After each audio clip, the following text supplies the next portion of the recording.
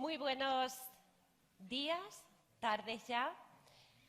Os doy la bienvenida y sobre todo el agradecimiento a que estéis aquí presentes y a que lo puedan seguir por los diferentes medios de comunicación disponibles en el día de hoy, porque si hay algo que nos imbrica como socialistas, si hay una gran razón que nos motiva siempre en nuestras ideas, si hay una columna vertebral que nos identifica del resto, siempre es ese sentimiento de universalidad, ese concepto de humanidad que es el que nos mueve frente a esos nacionalismos, frente a esos sentimientos de todo tipo de separaciones. El socialismo tiene un concepto y una manera de hacer absolutamente diferente. Y en ese análisis y en esa reflexión estamos hoy aquí, cuando hablamos de los retos a los que nos enfrentamos como sociedad extremeña. También lo hacemos como sociedad española, como sociedad europea, pero sobre todo estamos hablando de nuestra posición en el mundo. Y cuando analizamos esos problemas y esas respuestas, desde luego que las respuestas que se dan desde el punto de vista de los gobiernos socialistas son absolutamente distintas. Y lo vimos, y lo palpamos, y lo sentimos, y ahora lo sentimos con orgullo, fue precisamente la respuesta a la crisis de la COVID-19, con un gobierno central que marcó, desde luego, unas políticas sociales de primera magnitud y de primer impacto, pero también lo sentimos en la respuesta que Europa en su conjunto dio. Nos hizo sentir que estábamos en un proyecto cohesionado, pero sobre todo solidario. Y si hablamos del gobierno central y hablamos del gobierno nacional, desde luego el gobierno de la Junta de Extremadura respondió de la misma manera y nunca perdiendo ese ámbito de actuación y siempre entendiendo que el europeísmo está en nuestro día a día, pero sobre todo en nuestra forma de ser y en nuestra forma de actuar. Y si hablamos de este momento en el que volvemos a enfrentarnos a otra disrupción económica, social, energética y, desde luego, migratoria, también la respuesta distinta de unas mismas administraciones con unos mismos objetivos que son los gobiernos socialistas y esas respuestas, en esta mesa precisamente es el objetivo que hemos intentado hacer y así se va a transmitir en cada una de las intervenciones. Hablo del compañero Ángel Calle, que, como sabéis, es el director de la Agencia de Cooperación Extremeña y nos hablará de la respuesta extremeña ante este reto y, evidentemente, con todos los matices globales que esto implica. Con el compañero Nacho, que, como sabéis, es nuestro eurodiputado en Bruselas, pero además una persona con una larga trayectoria en nuestra tierra, pero más allá de eso es que tenemos el privilegio de contar con una persona experta en las relaciones internacionales y aprovechemos su análisis para poder entender y para poder desgranar todas las grandes claves que se están dando en Europa. Cuando esto sucede, no solamente la respuesta de forma unida ha sido, desde luego, un mensaje importante, sino los debates que posteriormente han venido acompañados nos indican que hay nuevos caminos, nuevos retos y, desde luego, compromisos que como ciudadanía tendremos que hacer, es decir, si hay que ceder soberanía o no en favor de proyectos comunes para que den respuestas únicas y muestren la fortaleza de los proyectos. Hablo, por ejemplo, de la militarización o no de la respuesta de la Unión Europea. Y por último, nuestra compañera, y ya le dijimos ayer que a la tercera visita va a tener ficha de la Federación Extremeña, nuestra amiga y compañera Llanos Castellano, que es miembro de la Ejecutiva Federal, lleva las materias de relaciones institucionales, de justicia y de administración pública, pero sobre todo tiene una dilatada experiencia no solo en el partido, sino también en el ámbito administrativo, y aquí quiero decir que desde Patrimonio Nacional y desde su gestión siempre tuvo una mirada muy extremeña, y ahí me vas a permitir el guiño de Carlos V, cómo no iba a tener esa mirada extremeña europeísta sobre nuestra región.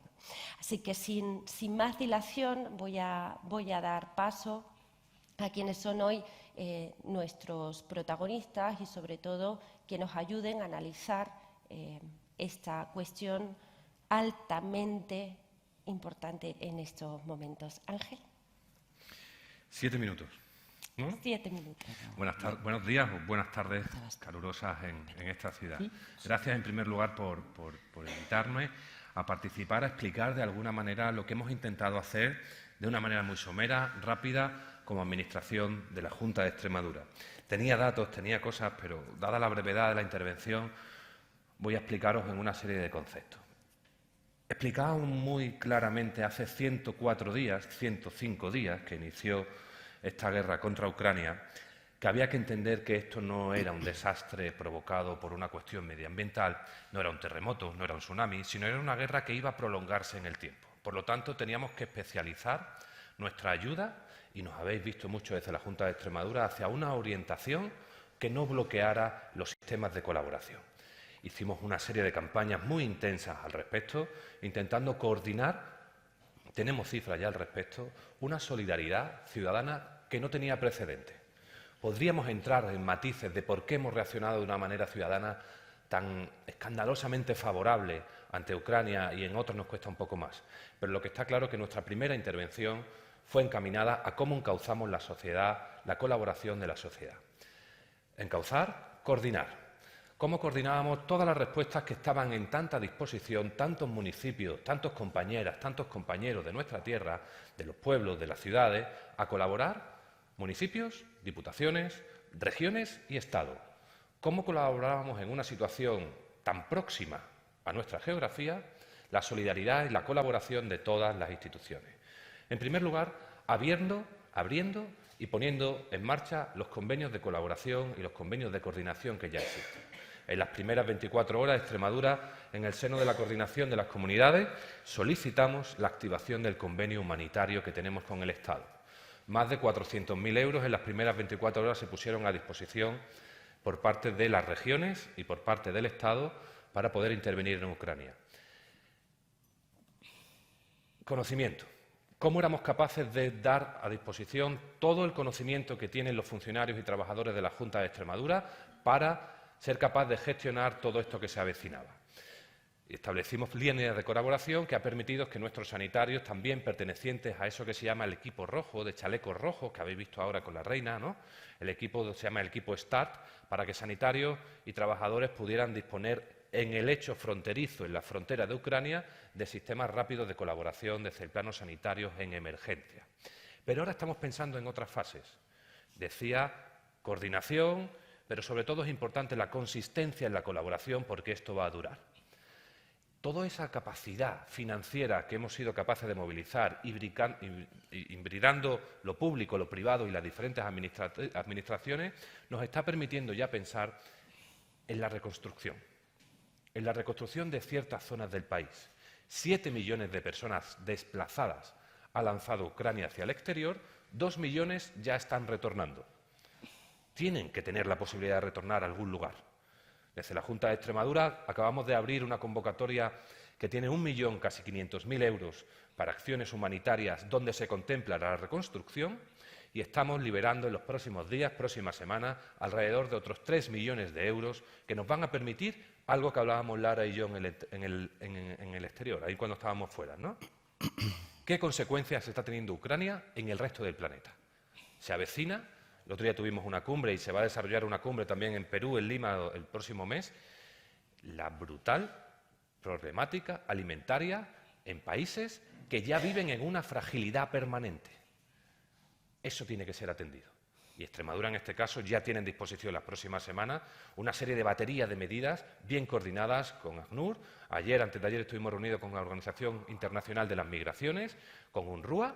No podemos olvidar, esto me parece muy importante, no podemos nublarnos de la existencia de otras crisis, de otros conflictos y de otras situaciones que se han convertido en pandemias cronificadas. Y ahí también tenemos capacidad de dar respuesta. Coordinación, respuesta financiera, sí, actuación pensando en el corto plazo, en el medio plazo y en el largo plazo que ya tenemos en nuestras manos la posibilidad de hacer. Con la posibilidad de esta respuesta admirablemente socialdemócrata que ha tenido la Unión Europea, bien, hay que estar orgullosos de esto y además se ha hecho bien y se ha comunicado desde el plano de la comunicación, yo creo, a mi entender, muy favorablemente, todo lo que ha conllevado que la Unión Europea ha sido capaz de acoger a 7 millones de personas que de la noche a la mañana, en menos de 100 días, han llegado a nuestros territorios. Yo tengo que decir, y a mí me sabéis, mis compañeras, que la cuestión migratoria y de refugio es un elemento que me entusiasma, yo tengo que decir que yo estoy profundamente orgulloso de la respuesta que la Unión Europea y mi país ha hecho al respecto. Y mi región, la consejería del compañero Verhele, con todos los decretos que estamos estableciendo, con esa atención especializada a los menores, con todo el ejercicio de filiación que se le ha hecho en las fronteras, pero con toda la atención que estamos haciendo aquí, yo creo que es una respuesta sin precedentes ante una situación que no tenía precedentes dentro de nuestras proximidades fronterizas y que nos tiene que hacer sentir orgullosos. Esto no puede hacer, y tengo que decirlo, esto no puede hacer que nos olvidemos de los migrantes que viven entre nosotros, en situaciones a veces no tan favorables como las que estamos otorgando aquí, y sobre todo, de verdad, existen una serie de reacciones, de situaciones pandémicas cronificadas que se van a ver muy agravadas por esta crisis alimentaria que viene. Ha saltado por los aires el granero europeo, pero también el granero global, y eso va a significar que va a venir hambre con situaciones muy serias ante las que la FAO, la Organización de las Naciones Unidas de la Agricultura y la Alimentación, está empezando a lanzar alarmas serias. Hablamos de África, pero hablamos también de Haití, de países caribeños y algunos centroamericanos que alertan de la grave situación por no poder acceder a la compra de alimentación internacional que está sufriendo una burbuja especulativa muy escandalosa. ¿7 minutos? Perfecto, lo has clavado exacto. Porque poco. Como habéis visto, Ángel analiza y ha analizado la respuesta directamente desde la Junta de Extremadura. Y la próxima semana, en el Pleno de la Asamblea de Extremadura, ahí se convalidará precisamente el decreto de estas medidas específicas que la Junta de Extremadura ha tomado, que hay que valorar que ha habido 1.800 personas en esta comunidad en tránsito y, sobre todo, la atención especializada en los menores, como bien ha dicho nuestro compañero.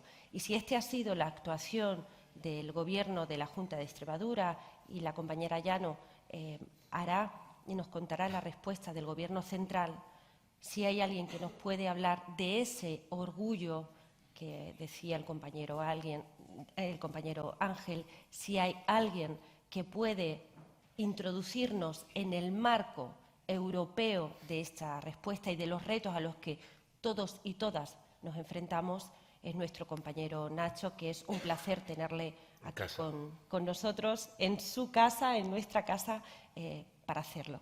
Nacho. Bueno, muchas gracias. Lara, no voy a extenderme mucho en lo contento que estoy de estar aquí y de veros a muchos de vosotros a los que no veía hace mucho tiempo. La Unión Europea es un monstruo, y cuando digo monstruo no me refiero al tamaño, me refiero a su capacidad para hacer cosas para las que no estaba diseñada.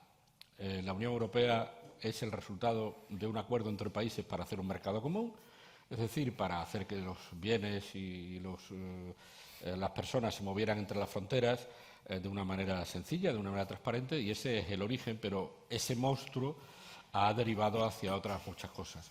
Y está demostrando una capacidad de adaptación admirable. Mucha gente pensó que la crisis financiera que comenzó en Estados Unidos y se convirtió en una crisis económica, iba a acabar con la Unión Europea porque iba a acabar con el euro. Los que apostaron por el fracaso de la Unión Europea perdieron.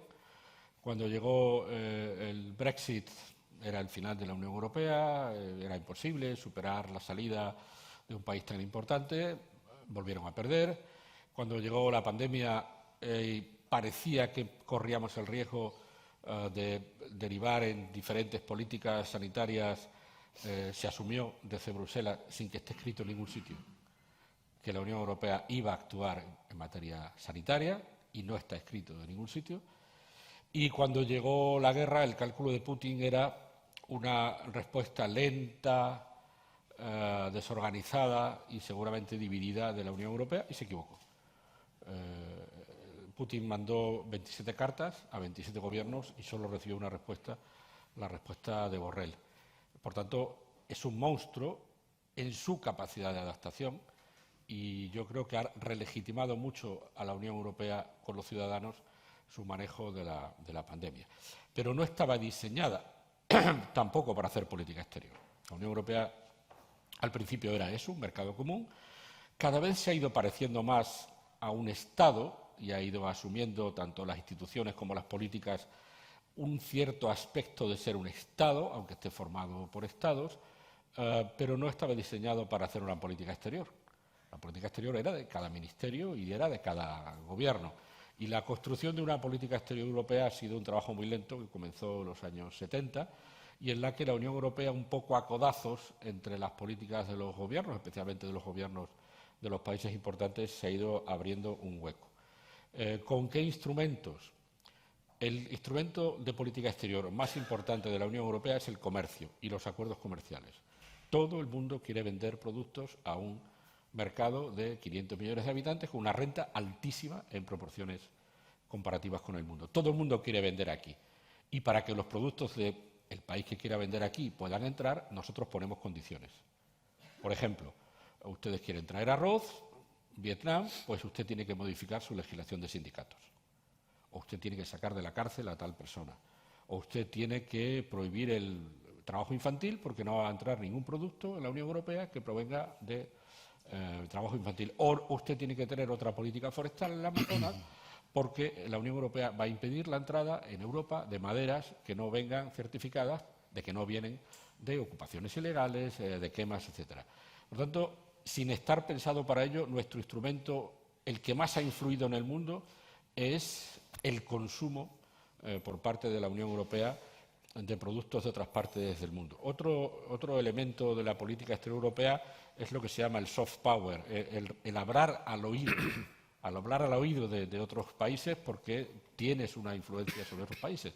Ese instrumento se está acabando y por eso hay que pensar en otros instrumentos. La Unión Europea y las democracias ya no somos un ejemplo para muchos países. Muchos países nos decían: yo quiero ser como una democracia avanzada, pero necesito tiempo. Necesito tiempo por mis condiciones culturales, religiosas, étnicas, por mis tradiciones, pero mi objetivo sería ser algo parecido a una democracia. Eso se ha acabado. Ya no somos un ejemplo. Esos países autoritarios están reafirmados en sus modelos. Ellos dicen que tienen su modelo de democracia, que al final no es democracia, pero ya no podemos hablar al oído con la capacidad de convicción con la que lo hacíamos hace un tiempo. Otro instrumento es la cooperación. Nosotros hacemos cooperación y hacemos cooperación para que se hagan cosas. A veces la gente que hace cooperación se enfada porque considera que hacemos cooperación poniendo condicionantes políticos. Dice: no, formar a la policía de tal país no es cooperación. Yo siempre he defendido que sí y que es lógico que la Unión Europea, cuando invierte en cooperación, pida cosas. Porque una cosa es la intervención humanitaria, que la humanitaria debe ser sin condiciones porque hay un desastre. Y otra cosa es la cooperación. Y la cooperación sí requiere una cierta condicionalidad y ese es otro de los instrumentos de la Unión Europea. ¿Cuál era el que no teníamos? El militar. La defensa de la mayor parte de los miembros de la Unión Europea está confiada a la OTAN. La OTAN era nuestra estructura de defensa y, por tanto, la Unión Europea no ha sentido la necesidad de trabajar profundamente en el tema militar, más que poniéndolo a largo plazo, porque digamos que la seguridad estaba garantizada con nuestra pertenencia a la OTAN y la enorme inversión en armas que hace la OTAN. Antes de que empezara la guerra ya habíamos empezado a trabajar en materia de defensa, pero la guerra lo cambia todo. La guerra cambia las perspectivas, una guerra a las puertas de Europa que nos obliga a parar a Putin porque no lo hicimos antes, no lo hicimos cuando ocupó parte de 2 territorios en Georgia, porque no lo hicimos cuando ocupó Crimea y ayudó a los secesionistas del sur o del este de Ucrania a independizarse de facto, porque no lo hicimos en aquel momento, hoy tenemos que hacerlo, con Putin y con otros, porque de los errores de haber dejado a Putin mantener esa política de que yo puedo condicionar la soberanía de otro país diciéndole que entre o no en la OTAN, provienen muchos de los problemas que estamos teniendo. Putin quiere tener un collar de estados a su alrededor, o que sean estados siervos, vasallos, lo que ha hecho con Bielorrusia, o que los tenga sujetos con ocupaciones militares, como en el caso de Georgia y de Ucrania. ¿Voy 5 o 7? 2 minutitos. Vale. Y la guerra nos ha obligado a plantearnos la defensa europea de otra manera. Europa ha descubierto, aparte de sus fortalezas, ha descubierto sus debilidades, por una cuestión muy ideológica que nunca se explica así. Tenía puesto... ¿Ves? No fallo. Nos habían vendido, y esto es ideológico para los socialistas, nos habían vendido la idea de que la globalización resolvía los problemas económicos. ¿Qué más daba? ¿Dónde se produjeran las cosas, verdad? ¿Qué más da? Se trae, se monta aquí. Bueno, es mentira, ¿verdad? Hemos descubierto que no teníamos mascarillas, que no teníamos respiradores, que no teníamos muchos equipos médicos, porque la lógica de la globalización era, ¿qué más da? Ya lo harán en China. Sí, pero cuando hay un problema, las fronteras se cierran. Y, por tanto, la respuesta europea ha sido una respuesta económica. Hay que acortar las cadenas de valor. Tenemos que intentar producir todo lo que podamos en Europa o en los alrededores seguros de Europa, con países fiables a los que podamos incorporar esas cadenas. Y la otra es la autonomía estratégica. Europa no puede ser un gigante político, que lo es, y un enano diplomático y militar. Cuando von der Leyen y Borrell han dicho Europa va a ser un actor global, tenemos que creérnoslo. Y nadie es un actor global si no tiene capacidad militar. Nadie es un actor global si no tiene capacidad militar. Que no tiene por qué ser europea, puede ser la conjunta, porque el gasto militar de los Estados miembros de la Unión Europea supera con mucho el gasto de Rusia. Lo que hay que ponerlo en conjunto, para que sea una sola capacidad militar y no 27 capacidades. Y en eso es lo que está la Unión Europea, en crear los mecanismos militares para tener un brazo de defensa que no será un ejército europeo. No está ni se prevé tener un ejército europeo, pero sí tener unidades preparadas, formadas por diferentes recursos de todos los países, organizados y entrenados para actuar conjuntamente. No puede volver a pasar lo que pasó en el aeropuerto de Kabul. El mundo tiene que estar preparado para poner Europa 5.000 hombres en cualquier lugar del mundo en pocos días. Eso es ser un actor global. Allí fueron algunos ejércitos, fue el ejército español, era una situación absolutamente descontrolada, pero eso mostró al mundo que la capacidad militar no es solo una capacidad agresiva, sino que tener una capacidad militar es algo consustancial a querer ser alguien en el mundo, porque si no te roban la cartera, que es lo que ha hecho Rusia violando el derecho soberano de Ucrania. Y lo dejo aquí. Qué placer. Y fijaos qué temas se han puesto aquí encima de la mesa. Cuando hablamos de la defensa de la democracia, estamos viendo cómo se confrontan ahora mismo dos modelos, la monarquía y la democracia. Y como sabéis que soy muy taxativa con los tiempos, no podía cortarlo ni evitar continuar en esos temas clave que son realmente la geoestrategia que estamos viendo en este mundo. Y ahí, en mitad de todo esto, había un gobierno en España, liderado por Pedro Sánchez, haciendo una gestión y traduciéndolo en acciones cercanas a la población, que nos lo va a contar la compañera Yana Castellano. Gracias, Lara. Bueno, gracias a todos, en primer lugar. Buenos días. Es una alegría para mí estar siempre aquí. Antes de entrar un poco a desgranar las medidas adoptadas por el Gobierno de España, me gustaría subrayar también un aspecto referido al Gobierno de España y es la parte protagonista o determinante que ha tenido en la respuesta europea. Un poco subrayando también lo que hablaba Nacho y Lara antes. A ver, por poner en contexto, porque muchas veces cuando estamos viviendo los momentos no nos damos cuenta de la trascendencia del giro que han tomado los acontecimientos y las decisiones. Europa venía de una época de una cierta parálisis, de una desafección ciudadana, de una pérdida de legitimidad, de una falta de respuesta. Los franceses habían tirado el referéndum de la Constitución. Entramos en una especie de marasmo de no saber en qué se había convertido ese club de excelencia, que eran 27, y donde Polonia, Hungría no tenían nada que ver con países o nórdicos o donde, como el nuestro, eran democracias plenas. Europa estaba en un momento del ser o no ser. Y en ese momento de marasmo y de indefinición, pues vinieron, como dice Nacho, dos de los momentos más duros que ha atravesado Europa y que han demostrado una vez más que Europa es como el acero, se forja con el fuego, y que es como le pasa a las instituciones y a las personas, que solamente en los momentos difíciles se ve de la madera o del temple del que están hechos. Pasó con la pandemia, donde por fin, se asumió, y la derecha, y esto es muy importante, la derecha, el movimiento conservador europeo, se hizo una enmienda a la totalidad de la respuesta dada después de 2008, donde hasta los propios alemanes, encabezados por Merkel, sabían que no podían aplicar otra vez la crisis de buscar culpables. ¿Os acordáis cómo nos llamaban a los países, no? Los pigs.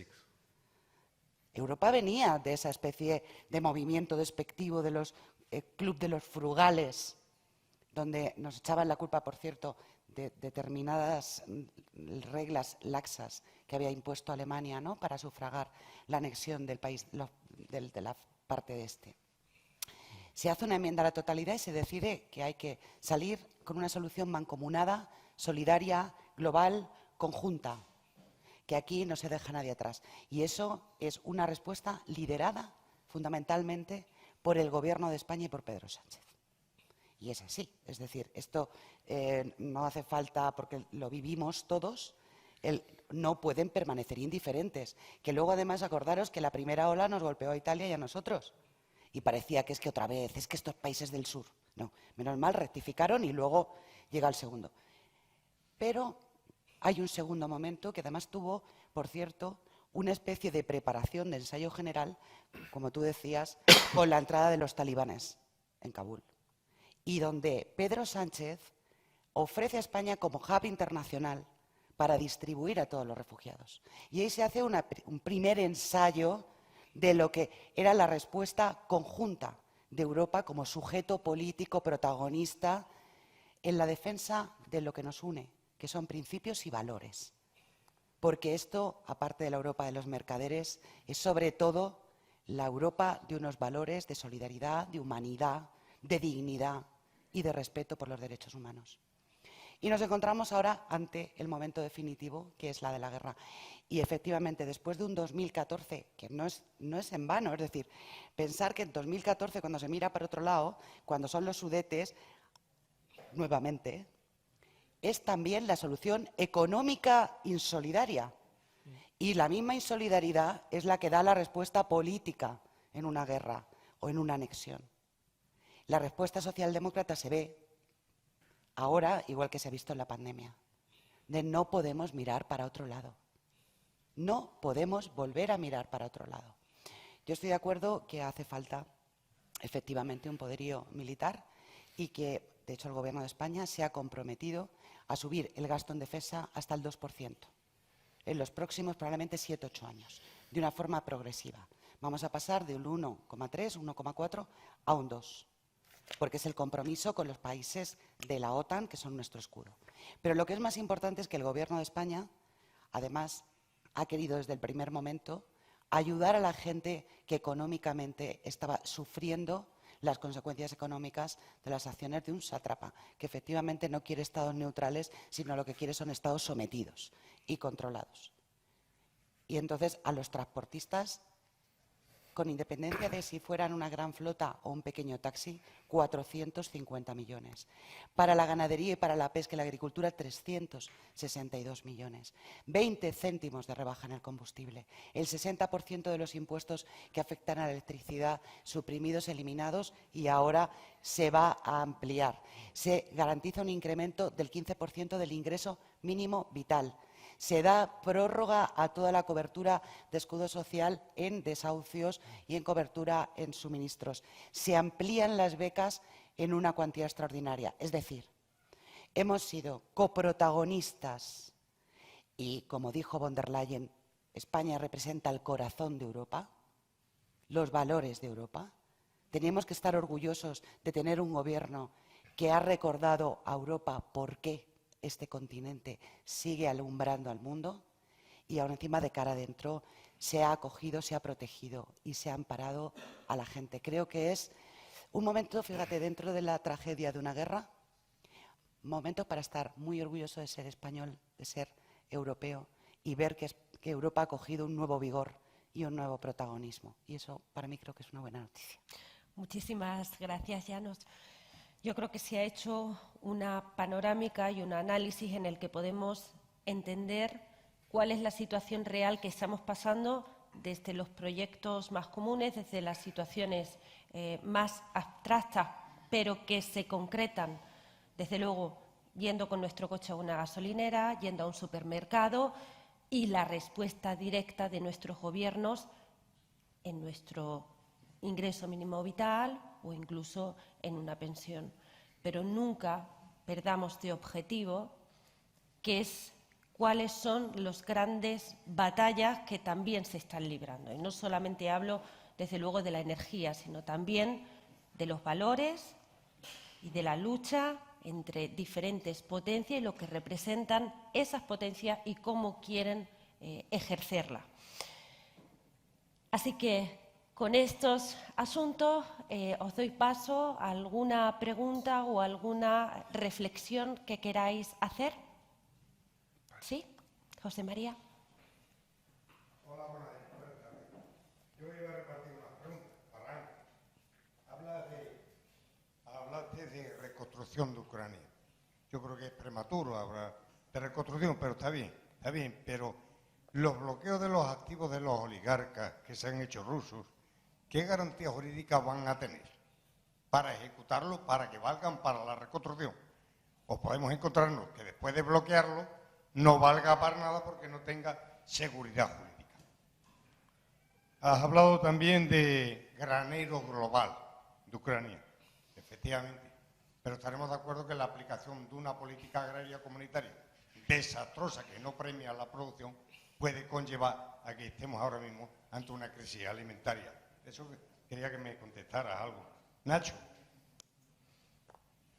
¿Hungría es un aliciente o una amenaza para la Unión Europea? Y otra pregunta. Hablabas de las deslocalizaciones empresariales. ¿Esas fueron propiciadas por los Estados o simplemente por los recursos en busca de la especulación barata? Para Llanos, ¿cómo vendimos tan mal los socialistas los éxitos de nuestro presidente? ¿O porque siempre tenemos alguna habilidad que enmaraña y ensombrece los éxitos? Hablas de militarismo. ¿No habrá llegado el momento de la cesión total de la potencia militar en favor de la Unión Europea? Gracias. Muchas gracias, José María. Si os parece, comenzamos a contestar las preguntas. No por nada, pero sabéis que soy muy taxativa con los tiempos, con lo cual a la 1 hemos finalizado.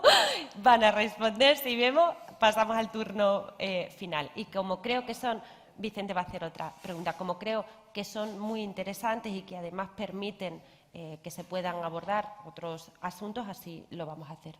Ángel. Gracias, José María. Buenos días, compañeros.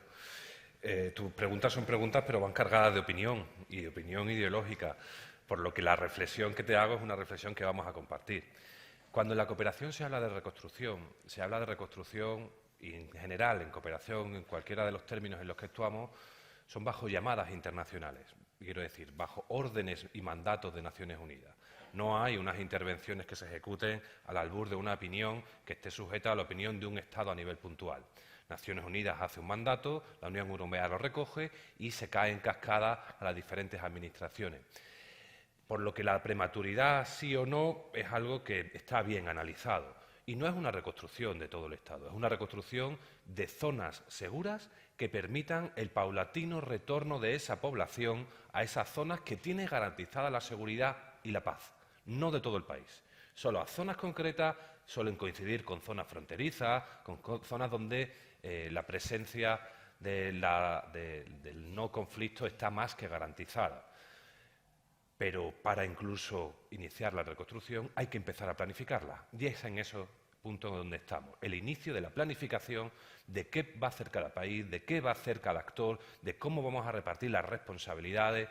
Y efectivamente hablamos de nuestra responsabilidad, la nuestra, la que tenemos a la hora de permitir que toda esta población tenga algún lugar a donde retornar y no se convierta en una población apátrida de por vida, ¿no? Y cuando hablamos de granero global, la perversión de la globalización que antes hablaba Nacho es que ha llegado hasta la capacidad de especular con los alimentos. Y eso ha convertido un problema para países que no tienen poder adquisitivo y para países que ahora no van a ser capaces de ser competitivos a la hora de comprar. Hablo de países fundamentalmente africanos, que no van a tener capacidad de comprar. Y que en esta crisis tan seria, la acción humanitaria y los programas internacionales de la FAO van a tener que duplicar sus capacidades, comprando alimentos a un precio mucho mayor y con mucha más población a la que atender. Va a ser un verdadero problema. Y ya efectivamente también en eso estamos intentando responder como nos corresponde y en relación a lo que decía Llanos de los valores que nos rigen, ¿no? Esos valores clásicos de la igualdad, de la fraternidad, de la solidaridad y, antes lo decía Lara, de la obligatoriedad del internacionalismo que estas siglas siempre han llevado, ¿no? Muchas gracias, Ángel. Y si hablamos y finalizamos con la reflexión de lo que representa Europa y sus ideales, que son realmente los que nos fortalecen y los pilares de esta Unión Europea, desde luego Hungría ha supuesto, y así se le ha respondido desde Europa, precisamente el rechazo a muchas de sus cuestiones. Nacho. Quiero decir una cosa sobre lo que habéis hablado. La congelación de fondos es una congelación de fondos públicos de Rusia. Más o menos la mitad de lo que tenía el Banco Central ruso está fuera de Rusia y está bloqueado, y efectivamente la hipótesis es que pueda servir para la reconstrucción. ¿En qué estamos ahora? Ahora estamos en la ayuda militar. Ahora todo es ayuda militar. Y ahora descubrimos lo importante que es la ayuda militar, lo importante que es, por ejemplo, invertir en inteligencia. Porque para Ucrania son muy útiles todas las armas que tienes, pero si Ucrania sabe desde dónde sale un avión con un general ruso y dónde va a aterrizar, tiene una información muy valiosa. Me parece que han muerto 12 generales rusos. Y eso no es un misil, eso es información, pero eso supone un trabajo de años de construir sistemas de inteligencia que la Unión Europea no tiene, que lo tienen los gobiernos y no lo comparten como debieran con la Unión Europea.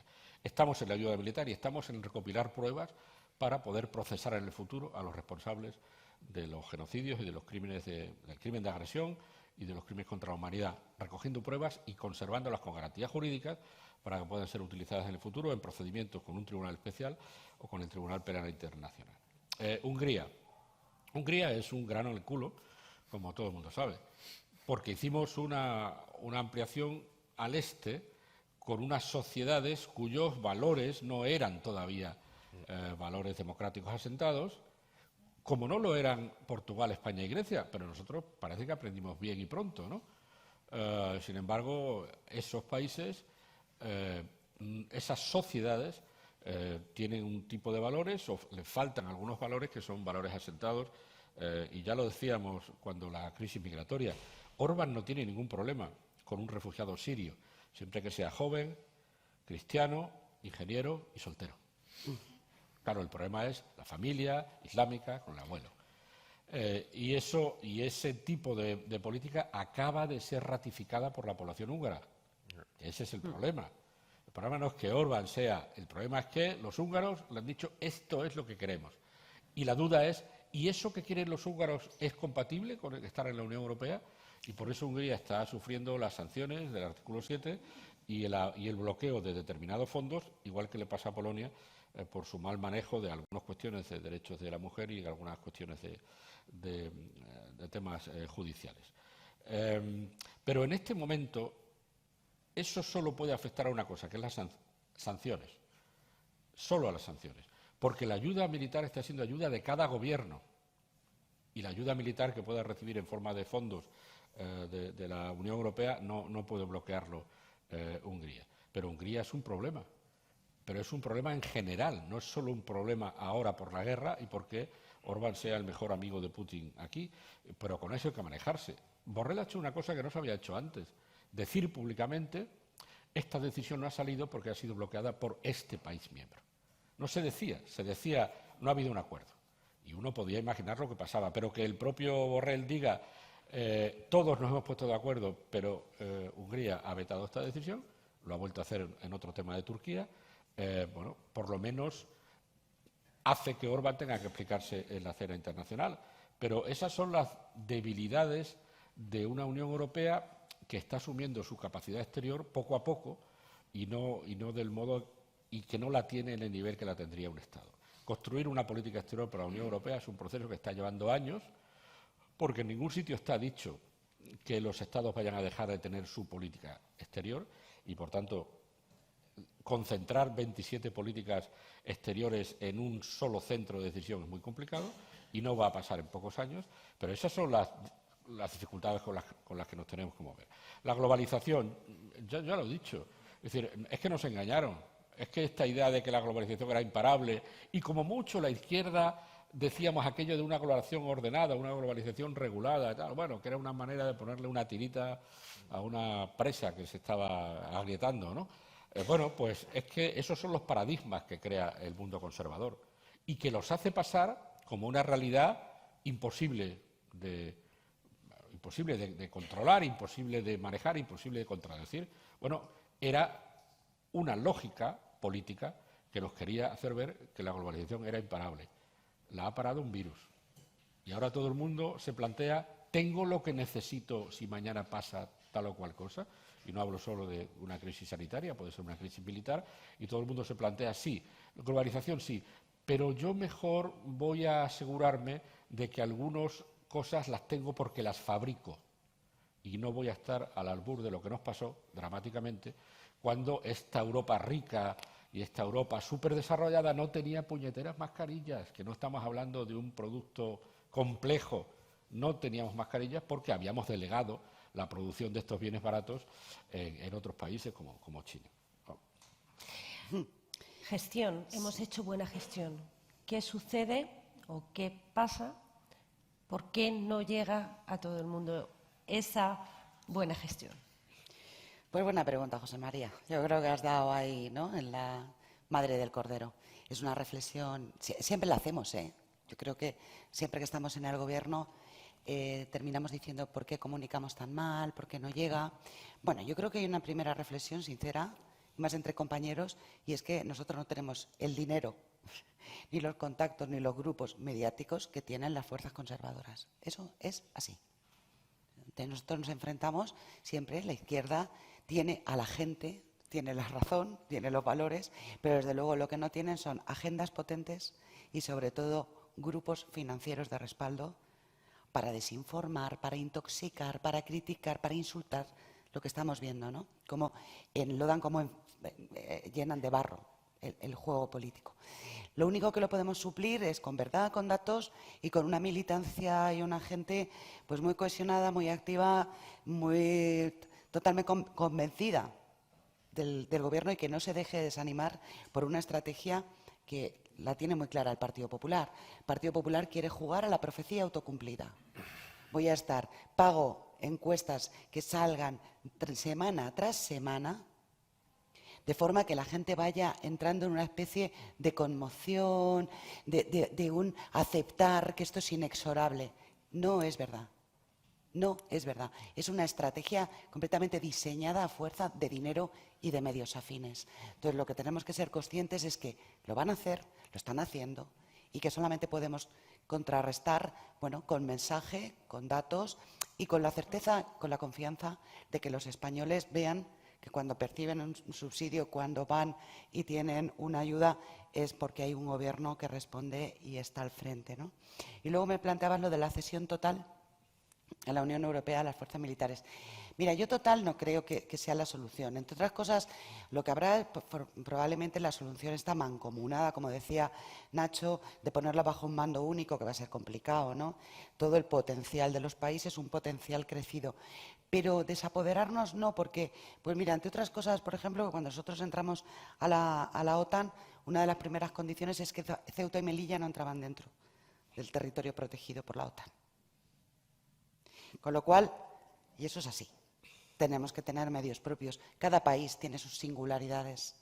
Entonces, siempre va a haber, yo creo que, un interés en mantener una cierta capacidad operativa y de dirección dentro de que, ante una amenaza global, la respuesta sea global y con un mando conjunto.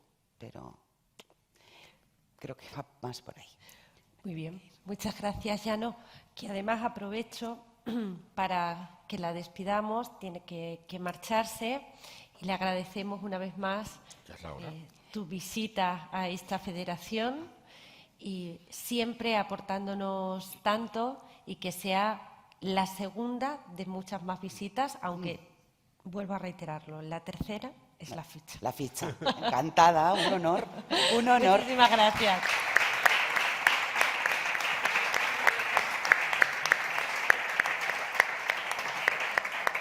Para finalizar este acto, para finalizar esta interesante conversación, voy a darle paso al compañero Vicente para que haga esa pregunta, y a Ángel y a Nacho para decirles que, además de responderles, hagáis la conclusión o el cierre que en esta mañana se han apuntado.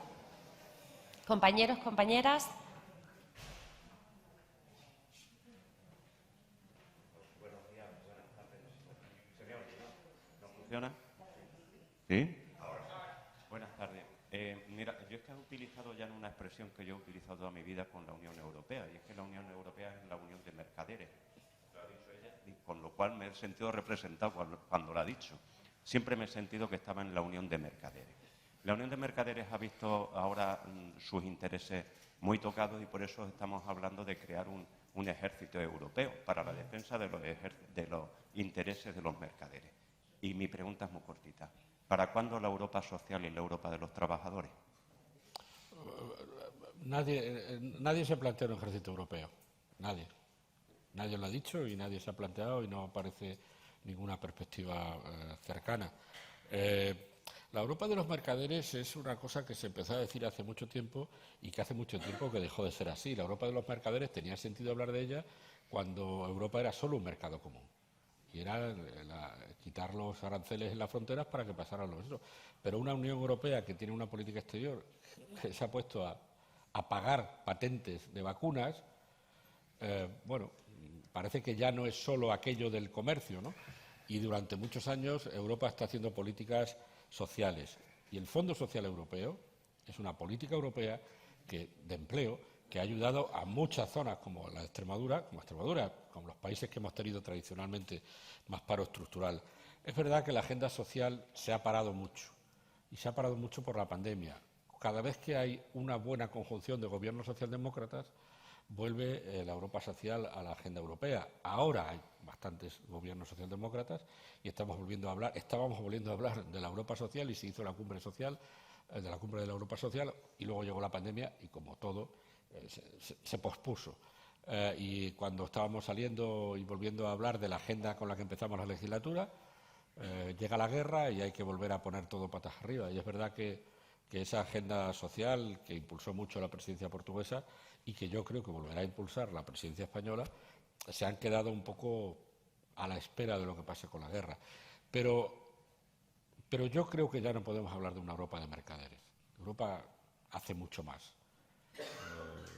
Europa es el agente de cooperación al desarrollo más potente del mundo, con inmensa diferencia respecto de cualquier otro. Y eso no es una Europa de mercaderes. Europa hace una enorme cantidad de inversión política en ayudar a la democracia y las sociedades civiles y a las oposiciones democráticas en países autoritarios. No tiene nada que ver con una Europa de mercaderes ni con intereses económicos. Por tanto, yo creo que hay que abandonar esa idea porque está superada por la realidad de que es una Europa de mercaderes. Lo que hay que entender muy claramente es que cuando la gente vota derecha, tiene derecha. Porque es que parece que la Unión Europea es algo ajeno a lo que se vote en cada país. La Unión Europea será más o menos conservadora según el equilibrio entre gobiernos conservadores y gobiernos socialdemócratas en Europa. Y en las épocas en las que hay gobiernos socialdemócratas se hacen unas políticas y en las épocas en las que hay gobiernos conservadores, como la primera crisis financiera, se hicieron otras. Porque esta idea de que Europa es algo que no hay que contar desde el punto de vista de la derecha y de la izquierda como si fuera siempre lo mismo, no es así. Y cuando uno tiene Orbán, pues tiene políticas de Orbán que también contaminan a la Europa. Y cuando uno tiene extrema derecha, muchas decenas de diputados en el Parlamento Europeo, pues tiene extrema derecha, porque eso es lo que está votando la gente. Entonces, lo que no se le puede pedir a Europa es que solucione los problemas que crea el voto en cada país. Y solo cuando hay una buena conjunción de gobiernos socialdemócratas se hacen políticas socialdemócratas, como es perfectamente natural. Muy bien, muchas gracias, Nacho. Ángel, vamos a... Exactamente.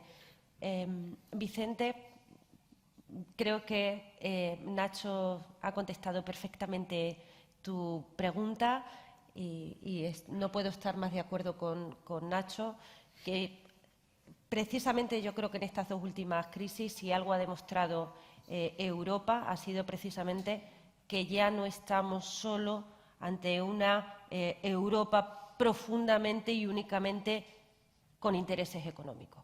Creo que cuando se le han puesto las sanciones que se le han puesto a Rusia, pese a las consecuencias que eso podía tener y que éramos perfectamente conscientes, creo que en ese sentido Borrell hizo declaraciones muy valientes para que todos los ciudadanos y todas las ciudadanas europeístas supiésemos que una serie de acciones tiene una serie de consecuencias, pero que en defensa de esos valores que representamos y que en defensa de ese proyecto como europeo que somos y que debemos ser, pues sufriríamos las consecuencias que todos estamos viviendo.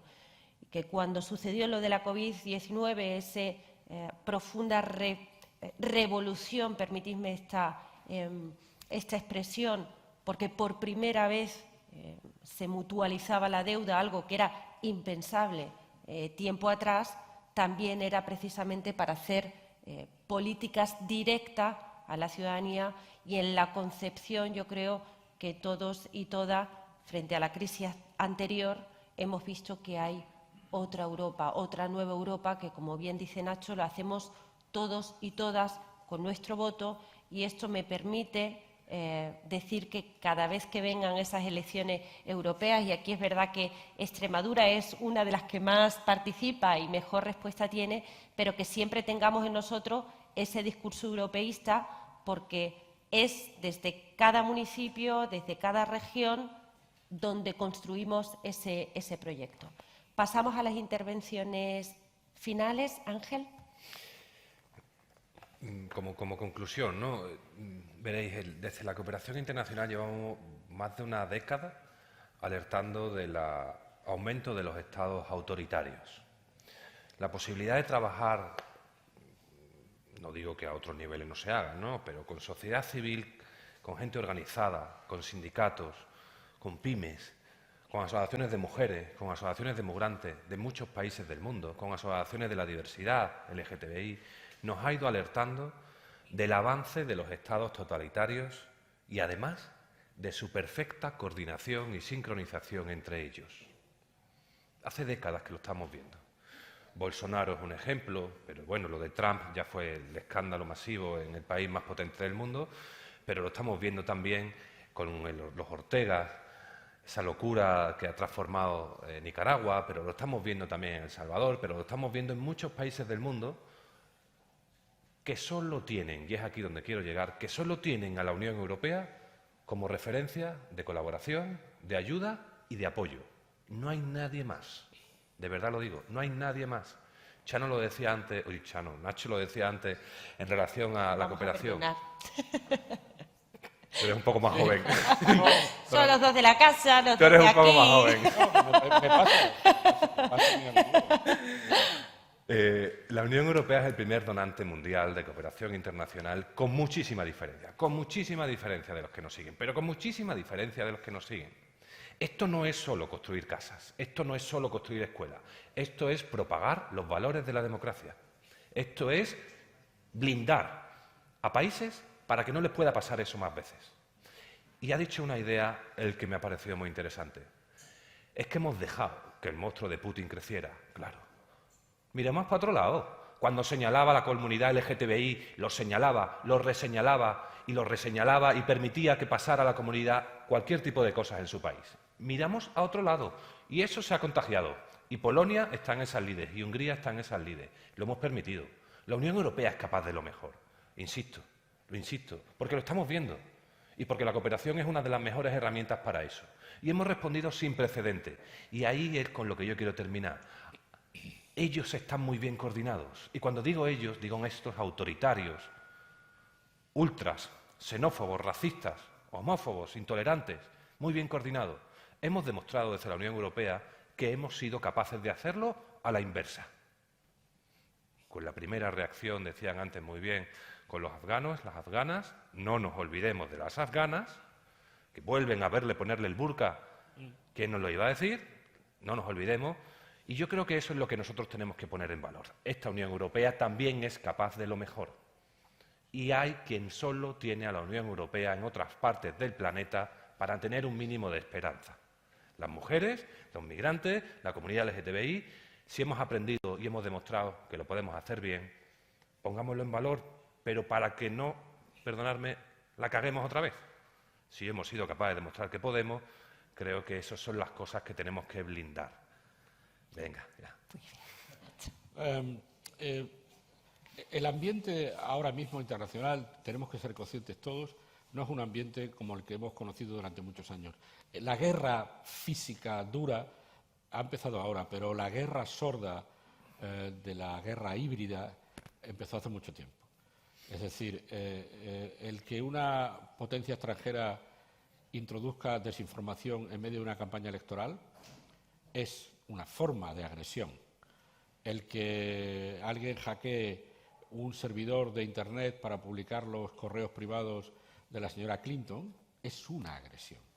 El que se hagan campañas perfectamente coordinadas con miles de bots repitiendo algún tipo de desinformación desde Rusia es una forma de guerra híbrida y, por tanto, el ambiente era ya un ambiente de tensión, aunque no era en la forma militar que ha escrito. Putin ha perdido la primera guerra porque la tesis inicial de Putin era un avance militar y cambiar al gobierno de Ucrania para poner un gobierno títere. Ese era el objetivo de la guerra, y llegar a Kiev, cambiar al gobierno legítimo, poner un gobierno títere y irse y dejar aquello como Ucrania. Ucrania seguiría siendo Ucrania. Ese objetivo no se cumplió por errores militares y de logística, por la respuesta occidental, por una excelente respuesta inicial del propio ejército de Ucrania, que llevaba muchos años formándose, y ayudado además por una inversión militar enorme. Ahora estamos en otra guerra. Ahora Putin ya es una guerra territorial. O sea, Putin quiere territorio. Quiere, si puede, coger todo el cinturón litoral del mar de Azov, superar el istmo de la península de Crimea, entrar en la zona de Odessa y llegar hasta donde. El siguiente país es un país minúsculo, el país más pobre de Europa, es Moldavia, dividido también con una zona de facto prorrusa, Transnistria. No sabemos dónde se puede parar, seguramente hasta donde se le deje. Pero la primera guerra ya la perdió, ¿eh? La primera guerra era cambiar al gobierno, volver a su sitio y tener un gobierno que le garantizara que ni se metía en la NATO ni hacía nada que no le pareciera. Hay que pensar, y es lo que todo el mundo está pensando, cómo se le da salida a la guerra. De la guerra siempre se sale en una mesa de negociación, no hay otra. Hay propuestas sobre la mesa muy duras, quizá las más realistas, que es Ucrania tiene que pensar que ha perdido durante muchos años una parte de su territorio, de hecho una parte ya no lo controlaba, y otras que son más, la situación militar para Rusia se vuelve muy compleja, las sanciones van a dar lugar a un descontento social en Rusia enorme que irá ampliándose, eso va a ser costoso también para nosotros, como se ha dicho aquí, pero la guerra puede terminar con una situación humillante para Putin respecto de su idea inicial, pero que le permita volver a Moscú diciendo, porque ellos tienen la capacidad propagandística de decir lo que quieran, esa es una de las características de los sistemas autoritarios, pueden cambiar de opinión de la noche a la mañana porque su maquinaria de propaganda va a decirle al pueblo lo que quieran y le puede convencer a los rusos de que ha sacado algo de la guerra, ha salvado a las provincias de habla rusa de Ucrania, pero hay que ponerse en la tesitura de que el final de la guerra nunca es una victoria militar completa, no lo ha sido casi nunca en los últimos tiempos de la historia, y que, por tanto, al final esto acaba en una mesa, y en esa mesa seguramente con sacrificios por parte de todos. Así es como están las cosas. Yo es lo que quería contaros y compartir de cómo las vemos desde Europa, pero esta guerra, es cierto, no es una guerra solo contra un país, es una guerra contra un modelo, el modelo democrático occidental y el modelo de unas relaciones internacionales que se basan en el derecho y no en la fuerza. Y cuidado con nuestros, porque estoy en el PSOE, cuidado con el discurso de nuestros aliados de izquierda, siempre demasiado inclinados a entender esas lógicas. Yo recuerdo un debate mío en el Congreso de los Diputados con mis colegas de Podemos, en los que ellos decían que Montenegro no tenía que entrar en la OTAN. Y yo le decía, pero ¿quién eres tú para decirle a Montenegro lo que tiene o no tiene que hacer? Montenegro acaba de tener unas elecciones, han ganado las fuerzas que querían que el país entrara en la OTAN, pero esa lógica, cuidado, porque a veces viene de la izquierda, la izquierda que tiende a entender demasiado algunas cosas por un viejo concepto comunista, como si Putin, que es una cleptocracia hipercapitalista y sin ningún tipo de política social, tuviera algo que ver con el viejo comunismo. Bueno, pues hay muchos resabios filocomunistas de ese tipo en la izquierda, y esa izquierda, a veces primariamente antiamericana y anti-OTAN, a veces ha contaminado el discurso del partido. Cuidado, nosotros somos defensores de una democracia y de la soberanía de la gente. Y si Ucrania decide que quiere entrar en la OTAN, tenemos que crear un sistema internacional que le permita a un país que lo quiere entrar en la alianza militar que desee. Y eso es lo que estamos defendiendo. Aquí se juegan democracias contra sistemas autoritarios, países que quieren que el mundo esté gobernado por las leyes y países que quieren que el mundo esté gobernado por la fuerza. Ese es el drama de lo que estamos viviendo. La putada es que el escenario es un país como Ucrania, al que le ha pillado esas dos apisonadoras en medio y con el sufrimiento, desgraciadamente, habitual en las guerras que ahora vemos en las televisiones, pero que han pasado siempre y que no las veíamos. Muchas gracias, Nacho, por este cierre que habéis hecho, que ha sido brillante. Yo creo que si cobra sentido el título con el que hoy nos presentábamos aquí, los retos a los que nos enfrentamos, yo creo que nos ha situado perfectamente que estamos ante una batalla de modelos, lo decía Nacho, ideológica, en la que vemos aquí también muy cerquita cómo tenemos ese debate de la democracia, sí, la democracia o no. No nos olvidemos que cuando surgen y se potencian fuerzas políticas que quieren dinamitar las instituciones públicas, al fin y al cabo están dinamitando la democracia. Cuando se enturbia y se contamina la política pública es porque quieren decir que la democracia no es sana y que, por tanto, estos otros modelos son la apuesta del futuro. Y ahí, en este caso, el PSOE de Extremadura, esta casa, con estos actos, lo que debemos o intentamos es afianzar el modelo que defendemos, las ideas que nos imbrican y, sobre todo, para salir ahí fuera y tener claro que los retos a los que nos enfrentamos son mayúsculos, que empiezan en nuestro día a día, pero que convierten a estos proyectos comunes en nuestras grandes banderas, porque eso es lo que debe ser y que no jueguen con ella para otro tipo de intereses. Muchísimas gracias a todos y a todas por estar aquí. Nos vemos pronto y que espero que sea tan interesante. No sé si va a ser mejor, pero desde luego que habrá más, sin duda. Muchísimas gracias a todos y a todas. Gracias.